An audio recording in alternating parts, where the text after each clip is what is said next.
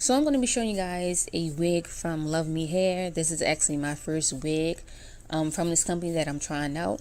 And I first heard of this company, I think it was like a year or two ago when I watched a video by, I believe Tierra Beauty, or it might have been another YouTuber, but it was of some braiding bundles. So instead of sewing the bundles in, you could braid the bundles in.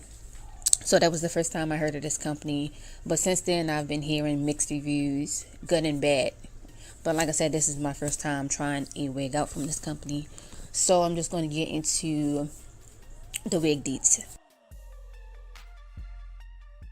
So I have a curly unit, which is 12 inches. It comes with that undetectable lace. So it looks really natural. You do get that pre-plucked hairline, and it also comes with bleached knots. Now this is actually a 360 wig, so you can wear it in a high ponytail or a low ponytail. But since this wig is really short, I would just rock it in, I would just rock it in a low ponytail. And let me back up real quick.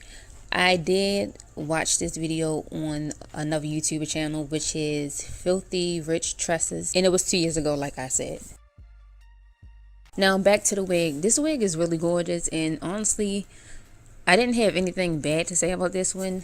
No tangling. It's really easy to brush through and comb through. I did get a little bit of shedding, but nothing to really complain about. But I know people don't like their, extensions to shed in general. So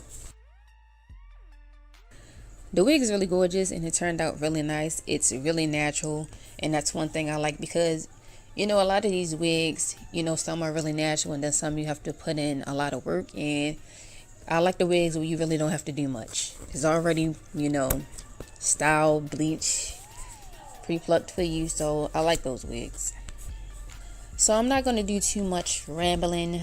I'm going to leave the link for this particular wig in the description box. You guys can let me know if you like it or don't like it, or if you tried a wig or bundles from this company, and let me know your opinion on it.